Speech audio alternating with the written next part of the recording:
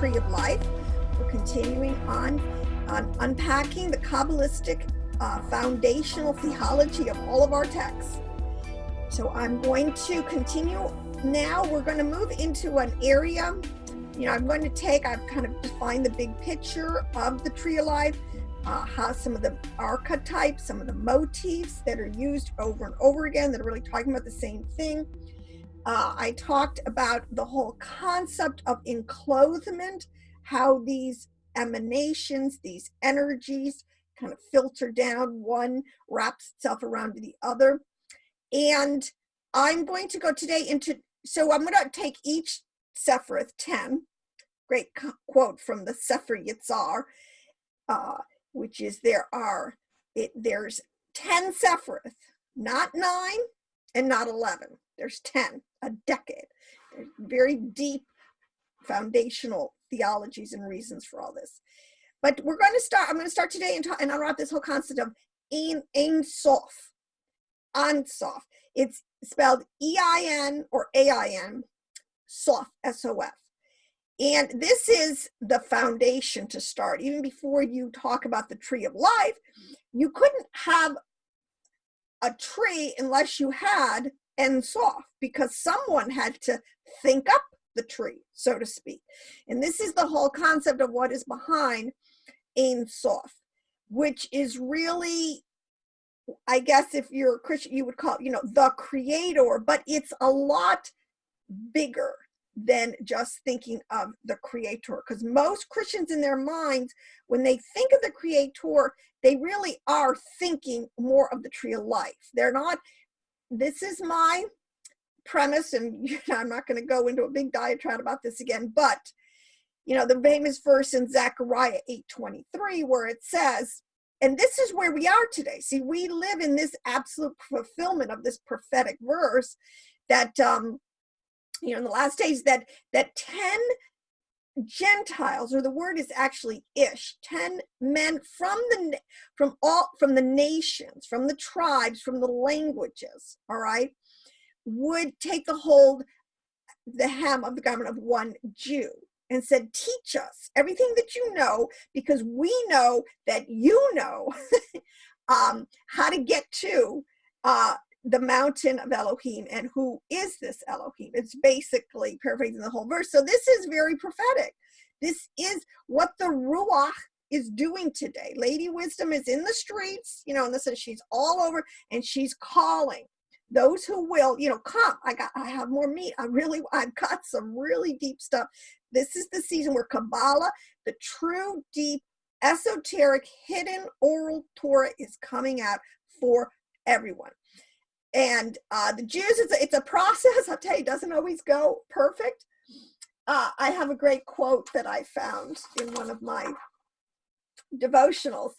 This is the one thing I do like about Judah, and I think that Christianity, or the law, could benefit from this mindset, because we are actually, in one of our criticisms, very legitimately, that Judah can label against Christians, is our schismness. We just love to schism, and we do that because we do not have the deeper understanding. So it says, this is a quote from the Zohar, and it says, the friends, and friends is a word, the Torah scholars sit together in unity. And at the beginning, they look like warriors ready to kill each other. And after the war, they go back to love and brotherhood. The Holy One, blessed be He, Jehovah,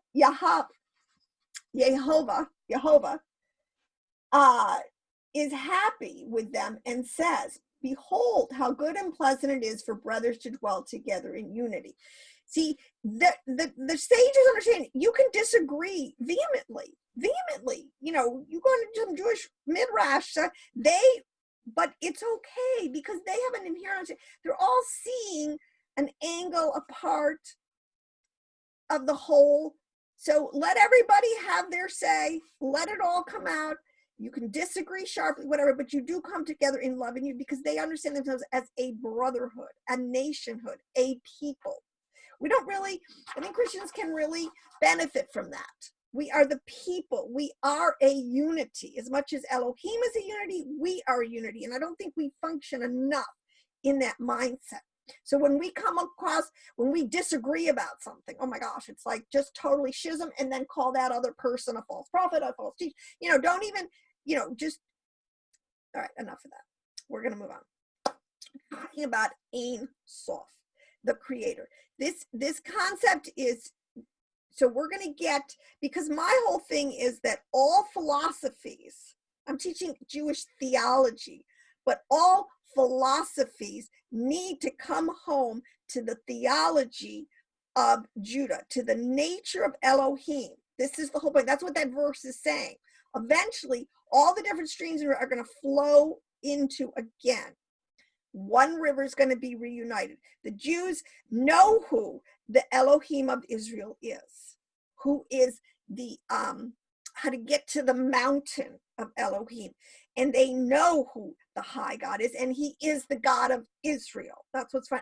So this is a very important understanding. So unfortunately, Gentile Christianity is full of Greek philosophy, and that is one of the things that we have to correct ourselves on to begin to speak a pure language. We need to all get on the same page and speak the same language, semantically.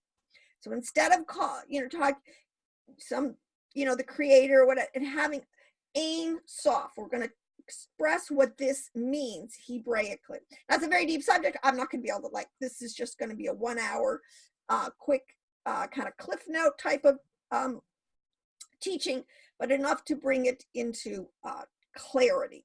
So Ein Sof, it means, basically we are talking about the soul of all souls. We're talking about the immanent one, the infinite being. Christians will have the omnipotent, omnipresent, omniscient God, all right? And when you're talking about this omniscient Elohim, who is outside of his creation. The tree of life is basically his, and these get into deep, these are some very deep theological concepts, but it's very important to take some time to wrap your mind around them, all right? Because they're very important nuances and distinctions. But when it says in a verse in Jeremiah, it says, I am a great king, and my presence fills the whole world. That is Ein Sof, who is outside of his creation, filling and saying he fills the whole world becomes the tree of life. Everything that he ever intended to do is in the tree of life, but he himself, the creator, is outside of it. And this gets into a lot of the deep, like if you get into Lorrainic Kabbalah, which I'm not going to, how basically this is the whole concept where Ein Sof had to kind of withdraw himself and make a space. I mean, everything had to be, he had to make a space in order to emanate into, all right? Nobody can beat the Jews for deeply thinking and using Hebraic words and letters put together in so many different, to flesh out this concept. But another, just to say, so the Sefiroth, the 10 Sefiroth, is known as the tree of life. Another name for them is the Partsifim. All right, there's so many words.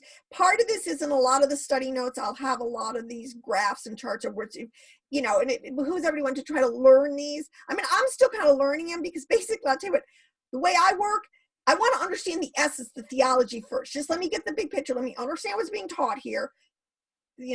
Filter down, meditate on, and say, okay, that's, feel a deep, settled peace in my ruach, that truly is what the ruach, the heavenly mother, is telling, is truth.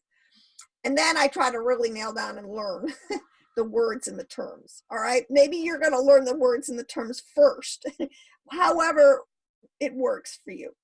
But there's two concepts here, in Ein Sof and in the tree of life, and and you have to look at it this way, that basically Ein Sof had a thought. the very first thought of Ein Sof was what he wanted to create, all right? But before that, there is this concept. He didn't need to do that. You know, Yahweh, this is the one, I think everyone, mentally, he has no needs, wants, or desires. He's beyond all that. But he is beyond all comprehension. This is an infinite being without beginning, without end, omnipotent, omnipresent, and omniscient. This is where, you know, the omnipotent part of Elohim, to own, it's to own power. He is all power, and he is beyond all manifestations of power. He is omnipresent. He dwells in all of his creation and in his kingdom, but he is outside of it. He is omniscient in that he is his glory, and they have deep terms for all these. You see, like those are more like kind of Greek philosophical kind of tribute, but we need to go and use the Hebrew words for the exact concepts. All right. So, and believe me, there are some very deep words and phrases for this. And then as you read Kabbalah, you'll come into these. You'll see them. But this is the concept word is how a transcendent Elohim, which means someone who, the Elohim that is outside, creates and emanates and then dwells inside of what. And remember last week when I told you, it's like, it's kind of these stacking boxes. So let's say Ein Sof, who is called the soul of all souls. It's the soul that is in the soul of Adam came in, and then there were in that soul. So it's a constant, you know, simplicity breeding complexity, and simplicity is used in the sense of simple doesn't mean like simple stupid. It means simple in the sense of the purest, the most just essence. There's no physical manifestation yet. There's no breaking down different tributaries of the thing, as you will find when you get to being or different partsufim. There's just the transcendent Elohim who is outside of it all, and his immanent, his indwelling in it. Beyond, like I said, beyond all comprehension. Now they call this no thing or nothingness, nothingness. Okay, the no thing means, in a way, so you have to understand nothingness doesn't mean, and this is what it, nothing in the terms of like there's nothing. I mean, because that you couldn't have an Ein Sof who was nothing. I mean, everything. It is so of everything. It's like a counterintuitive. So it's a negative theology almost, in the sense that the no thing, there's no differentiation. It's all there. It's all there. He is all there, always, eternally, never changes. You know, always at the same vibration, whatever. He's all spirit, all mind, all knowing, everything. All right. So this is the total spiritual essence of Ein Sof, which is incomprehensible. Most people, you know, this is the whole point of understanding the tree of life and understanding how the Father kind of filtered down so that we can begin to wrap our minds. We are not Elohim. We are not made, wired, or connected to the level of Ein Sof. So don't even try, but just to know that it's there.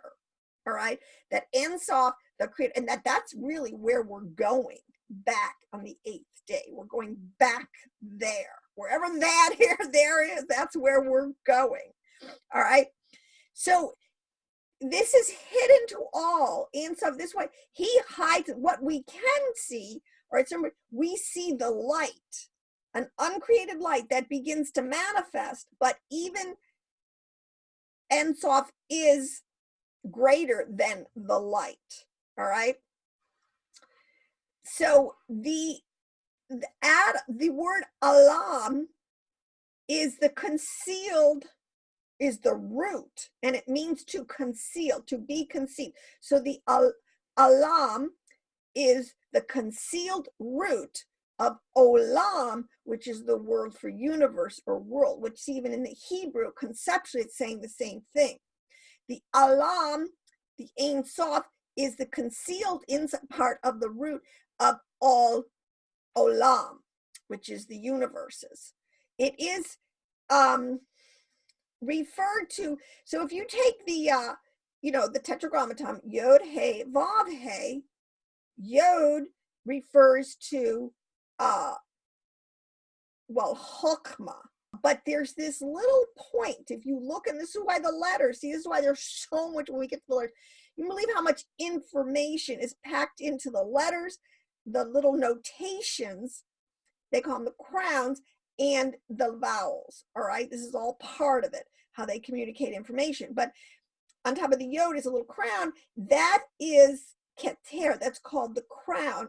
That, the way they philosophical or theological, that Ein Sof, his very first thought was this little point on top of the yod. And so Ein Sof and keter is the first envelopment, in wrapping, in clothing, manifest of Ein Sof in this whole process of emanation. But the thing is again, here it's telling you, because it's a little crown, a little point on top of the yod, that's what the crown, it's on top, it's beyond it. See, okay, and this is a very interesting concept, because in iconography, in a lot of where they're showing the the gold halo is the crown, there is on top of, which is beyond, so it's not actually attached to the physical body or the tree, but it's just outside it. All right, we know, and now actually they're proving this. They are proving electromagnetically that we do have magnetic fields that are attached to us, our auras that go with us wherever we go, that are part of us. All right, so when I get into talking about the 5 worlds and the 5 levels of the soul, again, it all makes sense. They all track with each other. So this letter, this keter, this crown, has on its head a crown, a point, or let's say chokmah, yod, which is the first, yod hey, which is chokmah and bina. Keter is on top of that even. So there's a complete, it's a very linear, logical sequence and flow. It's very beautiful. It's very thought through. Now, and like I said, I go back to my original quote, you get Kabbalistic, they don't all agree, they have different words. Words are so interesting. There are so many ways we can express different nuanced understandings. So, it's fine.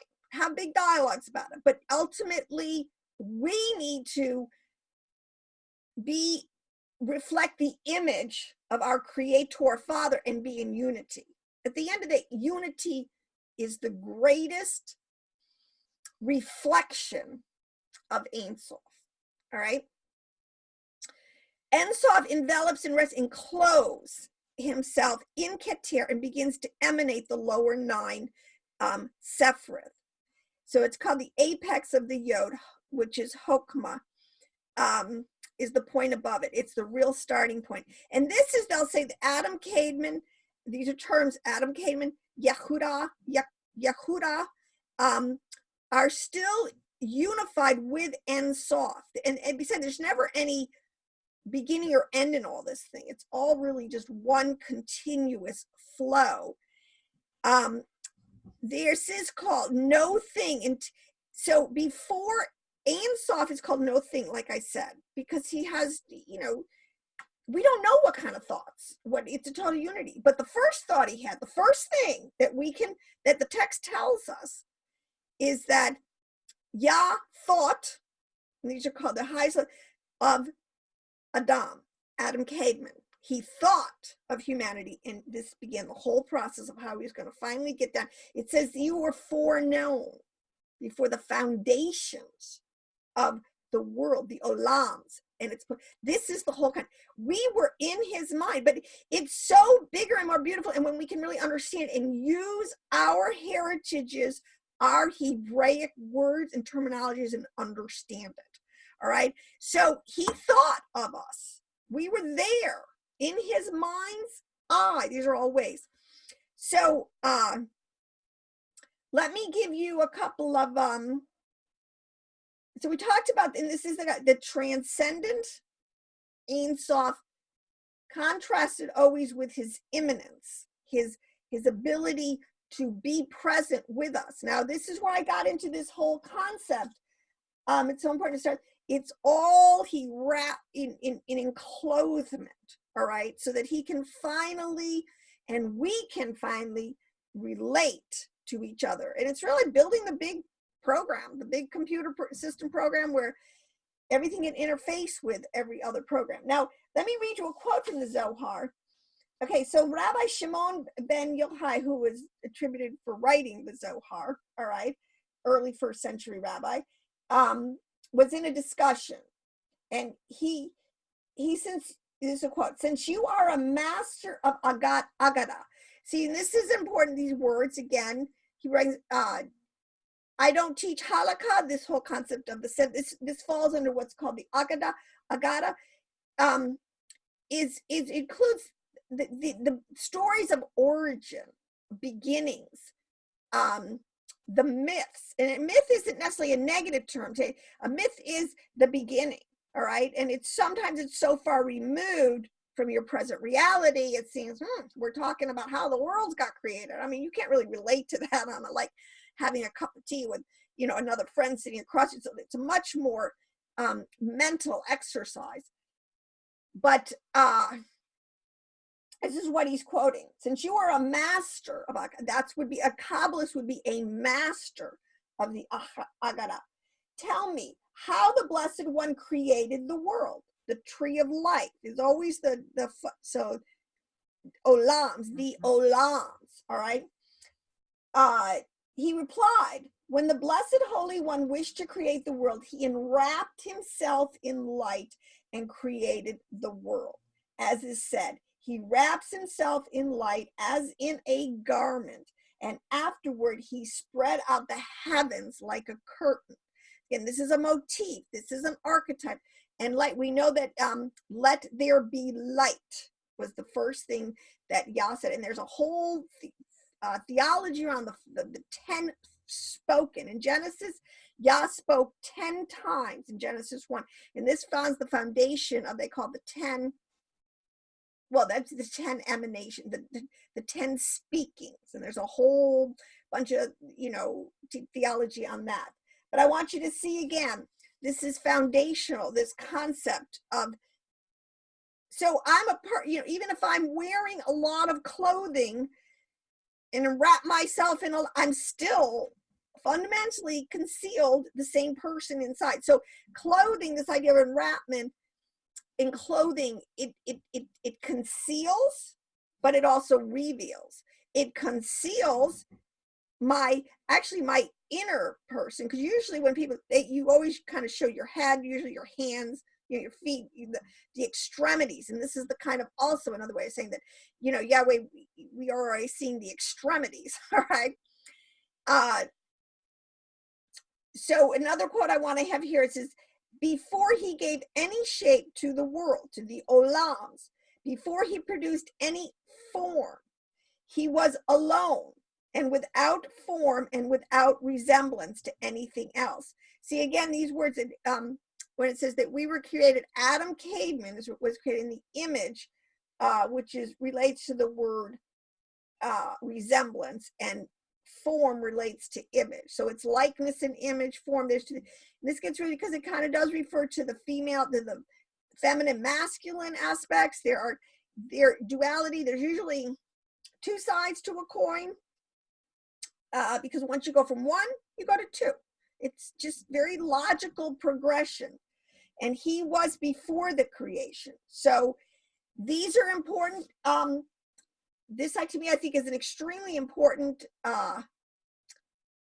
concept to have down pat as we move deeper into this. Now, all the parts of theme, let me give you another one. Rabbi Shimon bar Yochai recounts in the Zohar whatever I said of the, here, see, he's going to give you some of these Hebraic phrases. Atika Kadisha, whatever I said of the Atika Kadisha, holy ancient one, and whatever I said of the Zer Anpin. And we do really need to, you do have to kind of get those two concepts in your mind, because they're over and over stated.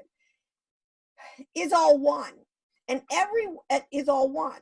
So here it's saying, even though there is the holy ancient one, and I did want to make a point that the Atik Yoman, the ancient holy one, or is in Daniel, well, in Daniel it's called the Atik Yomin, the ancient of days, all right? It's called the long face. There's a lot, all right? The Arika Anpin, all right? These are all words, and they're a reason that they're called, because there's the long face, which is now what we're talking about. We're talking about the ancient of days, which is different from Zer Anpin, which is called the short face, all right? And they have a reason for using the word face, the word pene, and we'll get into all of this, but let's start again. Whatever I said of the Atika Kadisha, the holy ancient one, the ancient of days, and whatever I said of the Zer Anpin, it is all one. Now the Zer Anpin, as I said, always refers to the sun, the Vav, Yod He, Vav He, and it always refers to the 6 Sefirot that kind of are all bundled together. You can think of it like Tiferet is in the middle, is the hub of all these spokes of a wheel. And that's how graphically you can see it. It is like that. And you see this on a lot of ancient archaeology. And that's what they're talking. The Zer Anpin, which is one,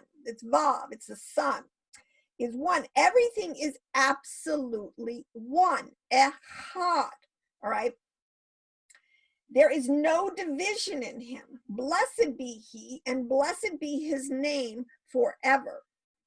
The sum of all this is the ancient of the ancient, and the Zer Anpin are absolutely one. So really what you have, the ancient, Ein Sof, and Keter, and Chokmah and Bina. So they're all in kind of triads. So Keter, Chokmah, and Bina are the ancient of days, all right? But the ancient, it keeps coming down, is Ein Sof. I mean, without beginning, without end, absolutely immortal, absolutely eternal. All right. So here, the ancient of the ancient and the Zer Anpin are absolutely one, but they're still all one. All is, was, and shall be. He shall not change. He is unchanging, and he has not changed. Should you ask, what then is the difference between one and the other? It is all one. But from above, his paths divide, and from below, judgment is found. From our perspective, they differ one from another. So the thing is it's we cannot comprehend, and this is the beginning of humility, understanding he's way beyond my comprehension. But praise, like any good father, and this is, so I just want to say this, there is even in this, I'm dealing all the time with the anthropomorphic understandings. These are anthropomorphic, we can relate to these relations. That's the grandfather, the father, and the son, and his daughter. So really you have the grandfather, the parents, and then the children in this whole concept of Keter, and then Yod He, Vav He. All right. And they are all one. Echad. See, and this is what, a lot of people will accuse Kabbalah of being pantheistic, and it's not. It's just that, that's just stupid people bumping their gums. They do not understand the Hebraic theology that's being imparted here. So it's like, okay, I'm one, but I have hands. And you know what? Praise Elohim that there are doctors, people who study the hand so minutely, so that if I were to break it, or so many people had carpal tunnel, there are people who could go in and fix my hand, which has nothing to do with my feet. All right, it has nothing to do with my head. So there's nothing wrong with minutely be understanding the parts of the Partsufim, or the Sefirot. The rabbis, the sages are perhaps this is what they do. This it gives glory to God. This is what he wants us to do. He's past finding out. Spend your days here on earth. Pass this test, so to speak, called life. Spend your time contemplating, meditating, trying to understand what can be known of our great Elohim. Don't play it. Don't do playing Candy Crush or, being consumed by the lust of the flesh, the pride of life, and the things of this world. It's not going to get you anywhere. All right. So it's very important. So this unity, this Echad, is it in the best word, and you could use it, because part of my thing with scholars, and I love them, everybody has, they get a little too, they don't use the Hebraic words a lot of times, so they make up new words, and so you got to kind of figure out, what are they saying? Let's compare it to the Hebrew understanding. Let's compare it to what, it's very time consuming, and it's very confusing, because Babel, Hasatan is in it all. But this concept of henotheism, you have pantheism, henotheism, and monotheism, and you got all these people that I want to argue about it, but it's really kind of simple. All right. Ultimately, Shema Israel, Adonai Eloheinu, Adonai Echad. Okay, he's a unity. Ein Sof and his Adam came, his creation, his tree of life. It's a unity. It's all in all, one for all for one. All right.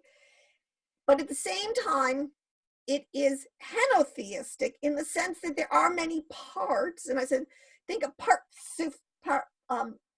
partsufim, parts, there's hands, there's feet, there's head, there's the heart, there's the two legs, there's different, and it's okay. They have names, they have, there's huge amounts of information to impart in this, but it's still a unity. All right. Whereas pantheism, unfortunately, the nations of the world lost the concept of the Echad, and they're really worshiping, this is the whole point, lesser Elohims, really lesser parts of this thing that are even outside of the Godhead. All right. What I'm talking, Ein Sof in the tree of life are all what we know of the whole concept of the Godhead. And Christians need to understand that the Trinity, their concept of the Trinity, has fallen way short and gotten very distorted in the total package picture that we have Hebraically in our heritage. All right. So I haven't found total documentation, but to give the early, because first of all, the church was originally 100% Jewish. It always really, and we need to bring it back to its Jewish roots. That's the whole process today. But you have a Father, a Son, and a Holy Spirit. But it was extremely inadequate, and in many places wrong, because the Ruach, our Heavenly Mother, is divine feminine. That's totally been lost. The Son, well, I'm not going to teach on that. All right, I'm just going to make the point. The thing is, you have the Father, which in the word Abba is Abba Ima, mother and father, and which is the Father and the Holy Spirit. All right, you have the Son, which is really not one.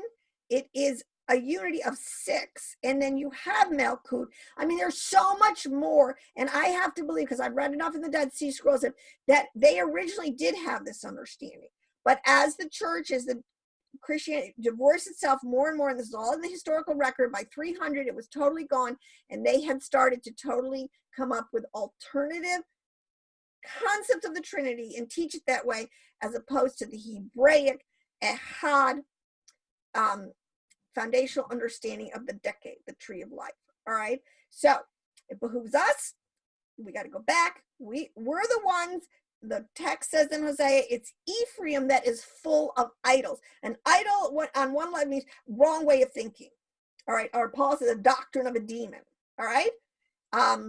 We got to get out of that whole camp. We got to get back to our original understanding of who Zer Anpin, who the Son is, Yod He Vav He. We even know today, Yehovah.